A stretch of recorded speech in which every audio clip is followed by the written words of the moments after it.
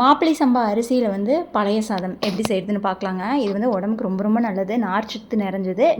அதுக்கு வந்து 1 டம்ளர் அளவுக்கு மாப்பிள்ளை சம்பா அரிசி எடுத்திருக்கேன். அதை வந்து நல்லா 2-3 தடவை கழுவிட்டு ஒரு 5 மணி நேரம் ஊற வச்சுருங்க. அதுக்கப்புறமா குக்கரில் வச்சு ஒரு 3 சவுண்டு விட்டிங்க அப்படின்னா நல்லா சாஃப்டாக வெந்து வந்துடும். இல்லை ஓப்பன் பாட்டில் கூட நீங்கள் வந்து குக் பண்ணி எடுத்துக்கலாம். 1 கப் அரிசிக்கு 3 கப் தண்ணி வீதம் நீங்கள் எடுத்துக்கோங்க, கரெக்டாக இருக்கும். இப்போ இந்த வேக வச்ச அரிசியை நான் ஓவர் நைட் வந்து தண்ணி ஊற்றி இந்த மாதிரி புளிக்க வச்சு ரெடி பண்ணி வச்சுட்டேன். இந்த தண்ணியை கூட நம்ம காலையில் வெறும் வயிற்றில் வந்து குடிக்கலாங்க. இதை வந்து நம்ம பழைய சாப்பாடை எப்படி சாப்பிடுது அப்படிங்கிறத பார்க்கலாம். பச்சை வெங்காயம் உங்களுக்கு பிடிக்கும்னா குட்டி குட்டியாக கட் பண்ணி அப்படி கூட நம்ம சாப்பிட்லாம். இல்லை அப்படி சாப்பிட பிடிக்காதவங்க கடாயில் வந்து கொஞ்சம் எண்ணெய் விட்டிக்கோங்க.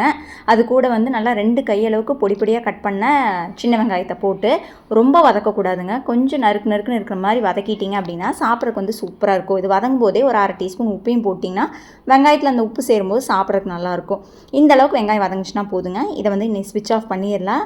நம்ம ஏற்கனவே எடுத்து வச்சுருக்கிற அந்த மாப்பிள்ளை சம்பா அரிசி தண்ணி ஊற்றி வச்சுருக்கிறது ஈவினிங்கே தண்ணி ஊற்றி வச்சிட்டிங்கன்னா நல்லா புளிச்சு வந்துடும். நமக்கு 2 கையளவுக்கு எடுத்துக்கோங்க. இது கூட வந்து தயிர் உங்கள் தேவைக்கு தகுந்த மாதிரி நீங்கள் ஊற்றிக்கோங்க. நான் 1/4 கப் அளவுக்கு தயிர் ஊற்றுறேன். போட்டுட்டு நம்ம எடுத்து வச்சுருக்க வெங்காயத்தை அதையும் போட்டுட்டு நல்லா கலந்து விட்டுட்டு சர்வ் பண்ணிங்கன்னா சூப்பரான பி காம்ப்ளெக்ஸ் நிறைஞ்ச மாப்பிள்ளை சம்பா அரிசி பழைய சாதம் ரெடி ஆயிரும். பிடிச்சிருந்தா வீடியோக்கு ஒரு லைக் கொடுங்க, மறக்காமல் சப்ஸ்கிரைப் பண்ணிக்கோங்க. தேங்க்யூ.